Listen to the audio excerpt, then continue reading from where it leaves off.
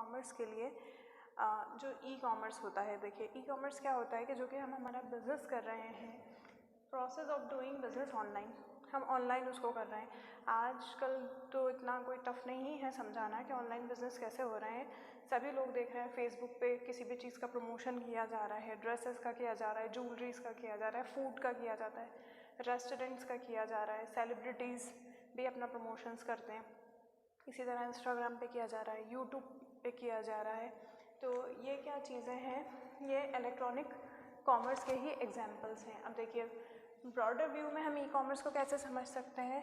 ये electronic commerce है जो 4 डायरेक्शन में क्या हो रहा है। देखिए इलेक्ट्रॉनिक डॉक्यूमेंट ट्रांजैक्शन, यानी कि यहाँ क्या EFT की बात कर रहे हैं और EDI की बात कर रहे हैं, इलेक्ट्रॉनिक फ़ंड ट्रांसफ़र। हम इलेक्ट्रॉनिकली क्या फ़ंड ट्रांसफ़र नहीं कर रहे हैं, हम ऑनलाइन कुछ भी मंगाते हैं तो पहले हमें एडवांस पेमेंट करना होता है।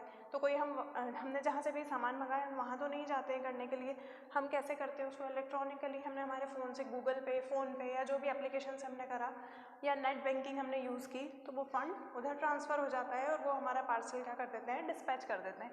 इसी तरह इलेक्ट्रॉनिक डाटा इंटरचेंज, हमें हमारा कोई डाटा इंटरचेंज करना है। सपोज़ मुझे बच्चों की जो स्टूडेंट्स की लिस्ट है वो मुझे किसी को भेजना है, मैं कैंपस में हूँ, मुझे सिटी ऑफिस में भेजना है, तो मैं क्या करूँगी, यहाँ से या तो मेल करूँगी या व्हाट्सएप करूँगी। तो वो भी तो मतलब क्या है, इलेक्ट्रॉनिक डाटा इंटरचेंज ही हो रहा है वो, क्योंकि मैं वहाँ देने नहीं जा रही हूँ लेकिन मैं यहाँ बैठे बैठे उसको क्या कर रही हूँ, शेयर कर रही हूँ या फॉरवर्ड कर रही हूँ। फिर नेक्स्ट आता है इन्फॉर्मेशन शेयरिंग करते हैं हम इलेक्ट्रॉनिक कॉमर्स में, कोलैबोरेशन वर्क्स होते हैं, कॉर्पोरेट डिजिटल लाइब्रेरी। तो ये चीज़ें जो हैं, उसके बाद मार्केटिंग, एडवर्टाइजिंग, ये भी इलेक्ट्रॉनिकली हो रही है क्योंकि हम डोर टू डोर तो कोई सामान बेचने के लिए नहीं जा रहे हैं। इलेक्ट्रॉनिक पब्लिशिंग होती हैं, जो आप बुक्स वगैरह देखते हैं या पेपर्स, न्यूज़पेपर्स देखते हैं। तो ये आजकल क्या होता है ना, हमें घर पे लगवाने की बजाय क्योंकि हमारे कोई सपोज टाइम टेबल फिक्स नहीं है तो हम क्या करते हैं उसको मोबाइल में या हमारे लैपटॉप में ही क्या पढ़ लेते हैं। मतलब जो भी फेमस न्यूज़पेपर्स हैं, the Hindustan times, the Hindu, ये वाले आप ऑनलाइन भी क्या कर सकते हैं, देख सकते हैं अपने मोबाइल पे। तो ये इलेक्ट्रॉनिक पब्लिशिंग ही उनका हुआ है, उसी के बाद ही हम ये सब चीज़ें हमारे फ़ोन में या लैपटॉप्स में देख सकते हैं। फिर सेल्स, कस्टमर सपोर्ट, यहाँ कस्टमर सपोर्ट भी हम मतलब कस्टमर्स को हमें कुछ भी चीज़ बेचना होती है तो हम ऑनलाइन भी उसका क्या कर सकते हैं, प्रमोशन कर सकते हैं। कई बार हमारे कस्टमर्स हमसे डिमांड करते हैं कि आप हमें फ़ोटोज़ भेज दीजिए उन चीज़ों के, तो हम डिसाइड कर लेंगे। सपोज़ हमारे पास किसी चीज़ में वैरायटी है तो उनको फ़ोटोज़ भेज दिए जाते हैं और वो फ़ोन पे ही क्या कर लेते हैं, ऑनलाइन फ़ंड ट्रांसफ़र कर देते हैं और उनके घर पे वो चीज़ आ जाती है जो भी उन्होंने ऑर्डर की है।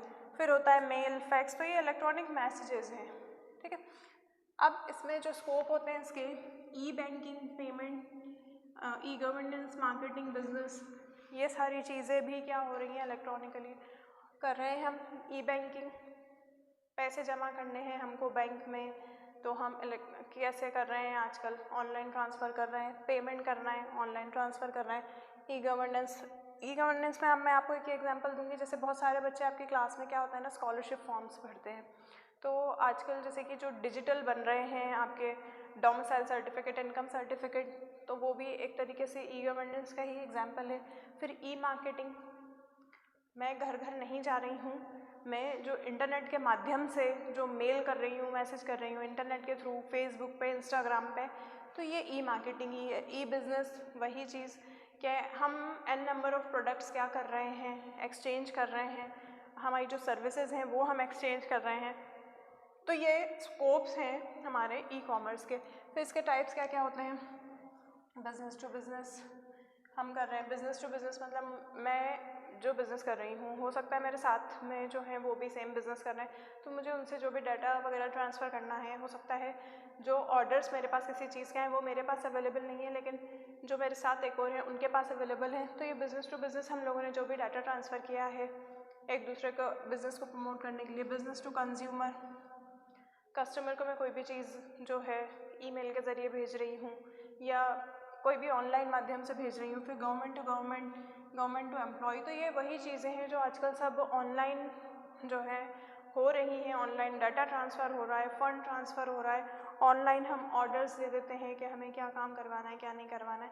तो ये सब चीज़ें ऑनलाइन ही हो रही हैं, लेकिन किसकी मदद से? ई कॉमर्स की मदद से। तो इसको क्या international communication to global business भी क्या होता है ना, देखिए इसमें भी जो हम इंटरनेशनल बिजनेस भी कर रहे हैं तो वह हम ई कॉमर्स की हेल्प से काफ़ी हद तक कर पा रहे हैं, क्योंकि दूसरी कंट्रीज़ की अगर हम बात करें, अगर हम हमारी कंट्री की भी बात करें तो काफ़ी बड़ी है हमारी कंट्री।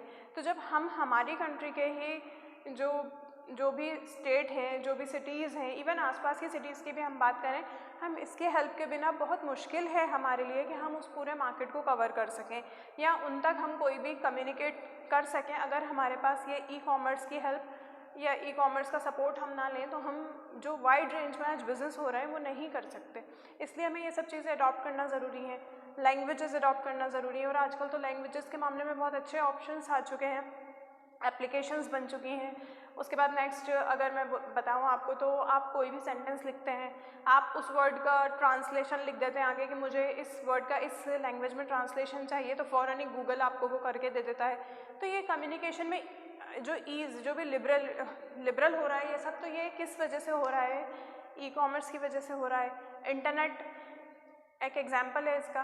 तो इंटरनेट में हम जो भी डाटा डालते हैं और हम उसमें से रिट्रीव करना चाहते हैं, वो सब हमें डालते ही इनपुट हमें फ़ौरन ही आउटपुट मिल जाता है विद इन सेकेंड, और इवन मिली सेकेंड्स में ही हमें आंसर्स मिल जाते हैं। तो वो कम्युनिकेशन जो हमारा हो रहा है वो काफ़ी ईजी हो चुका है और ई कॉमर्स की वजह से हम वर्ल्ड वाइड बिजनेस कर पा रहे हैं। अब नेक्स्ट इसमें आता है preparation of business survey report. ये आपके यूनिट का लास्ट टॉपिक है। तो देखिए, जो ये सर्वे रिपोर्ट होती है ये बनाना पड़ती है, क्योंकि हम ऑर्गेनाइजेशन लेवल पे बात कर रहे हैं तो हम रिपोर्टिंग करते हैं हर चीज़ की। इवन जो सेल्समैन होते हैं वो भी करते हैं, जो मैनेजर्स होते हैं वो करते हैं, जो चेयरपर्सन्स होते हैं वो करते हैं। तो वो क्या होता है, ये एक रिटन स्टेटमेंट होता है डॉक्यूमेंट का, जिसमें फैक्ट्स एंड डाटा जो होता है वो लिखा होता है। किस चीज़ का फैक्ट्स एंड डाटा होता है? उसमें जो भी हम क्या हमारे रिपोर्ट से जुड़ा हुआ है, जो भी हमें रिपोर्टिंग करना है। फिर सर्वे रिपोर्ट होती है जो कि प्रेजेंट की जाती है एक सिस्टमेटिक फॉर्मेट में। हम एक सिस्टमेटिक फॉर्मेट लेके रिपोर्टिंग करते हैं, क्योंकि अगर हम कुछ भी बात उसमें लिखते हैं जिसका कोई सेंस नहीं निकलता है या वो हमारे बिजनेस से रिलेट नहीं करती, उसका बिल्कुल अलग ही कुछ मैसेज जा रहा है, तो वो हमारे लिए काम की नहीं है। इसलिए जो हम रिपोर्टिंग करते हैं एक सिस्टमेटिक उसका फॉर्मेट होता है, जो जिस टॉपिक पे हम करना चाह रहे हैं या जो भी हम जिस भी टॉपिक पे हम कम्युनिकेट कर रहे हैं, तो वो बातें उसमें होना चाहिए। देखिए, मेन पार्ट्स क्या क्या होते हैं इसमें। टाइटल लिखते हैं हम, हेडिंग, इंट्रोडक्शन देते हैं किसका, जिसको हम लिख रहे हैं उनका। फिर हम क्या करते हैं, डिस्कशन करते हैं या डिस्क्रिप्शन, उस चीज़ से रिलेटेड जो भी डिटेल है हमारी, सपोज सेल्स से रिलेटेड है तो हम क्या कर रहे हैं, हमने कितनी सेलिंग करी है, कितनी क्वांटिटी वाली चीज़ करी है, कितने रुपीज़ में करी है, इस टाइप से पूरी एक रिपोर्ट। और हमें अब किस किस चीज़ की डिमांड है, या मान लीजिए कस्टमर के फीडबैक्स आए तो क्या आए, तो वो हम रिपोर्ट में मेंशन करते हैं। उसके बाद एक कंक्लूजन, तो फाइनली हम क्या बताना चाह रहे हैं रिपोर्ट में, हम क्या मैसेज देना चाह रहे हैं, तो वो आता है। ठीक है। फिर नेक्स्ट आता है essential of an ideal report. किन किन पॉइंट्स की आवश्यकता होती है या कौन कौन से महत्व होते हैं जिनका होना ज़रूरी है। सबसे मेन चीज़ सिंपल होना चाहिए। अगर आप उसको खूब ही ज़्यादा डेकोरेट करके हाईलाइट करके लिख रहे हो तो वो एक जो उसका सिंप्लिसिटी होती है, मतलब एकदम से क्या होता है ना, सिंपल चीज़ अच्छा उसका इम्पैक्ट पड़ता है। तो वो अगर आप उसको इस तरीके से कर दोगे तो वो एक बहुत ज़्यादा अजीब सा कुछ आपको दिखने लग जाएगा, जिसको पढ़ने में भी इच्छा नहीं होगी। तो इसलिए क्या वो सिंपल, सोबर और एक अच्छी साफ सुथरी हैंडराइटिंग में होनी चाहिए। फिर ब्रेविटी, यानी कि उसके अंदर मुद्दे की बात जटिलता होनी चाहिए। ऐसा नहीं कि आपने बहुत सारी चीज़ें उसमें लिखी हुई हैं लेकिन वो कोई भी काम की नहीं है। कम बातें लिखो, ब्रीफ रिपोर्ट बनाओ उसका, लेकिन सही और मुद्दे की बात लिखें जो काम की है। एक्यूरेसी कितनी सही है, स्पेलिंग्स का खास ध्यान रखें कि हमने स्पेलिंग मिस्टेक तो नहीं की है। नेक्स्ट हमें लैंग्वेज का ध्यान रखना है कि हम जो लैंग्वेज यूज़ कर रहे हैं और जिनको हम ये रिपोर्टिंग कर रहे हैं उनको ये लैंग्वेज आती है या नहीं आती है। सपोज़ मुझे अरबी भी आती है, उर्दू भी आती है, अब मैं उर्दू में लिखूँगी तो हो सकता है वो ओरली तो जानते हैं क्या है, बट वो नहीं जानते कि उसको पढ़ें कैसे, तो वो किस काम की। अप टू डेट होना चाहिए, ऑन टाइम होना चाहिए और कोशिश करना चाहिए कि वो बिल्कुल सही सही बातें जो भी हैं, मेन पॉइंट्स हमने उसमें क्या कर दिया हो, ऐड कर दिया हो। कंसिस्टेंसी यानी होती है थिकनेस, तो वो कितनी ज़्यादा उसमें मुद्दे की बातें, टू द पॉइंट बातें आपने क्लियर की हैं, तो इसी वजह से उसकी जो कंसिस्टेंसी है वो सही नज़र आएगी। और अगर आपने उसको कंसिस्टेंट नहीं बनाया है तो वो बहुत ज़्यादा ऐसी लगेगी, मतलब नॉर्मल सी, जिसका कोई ज़्यादा उस पर कोई फोकस भी नहीं रहेगा और कोई भी ज़्यादा अच्छा रिस्पॉन्स उसके ऊपर हमें नहीं मिलेगा।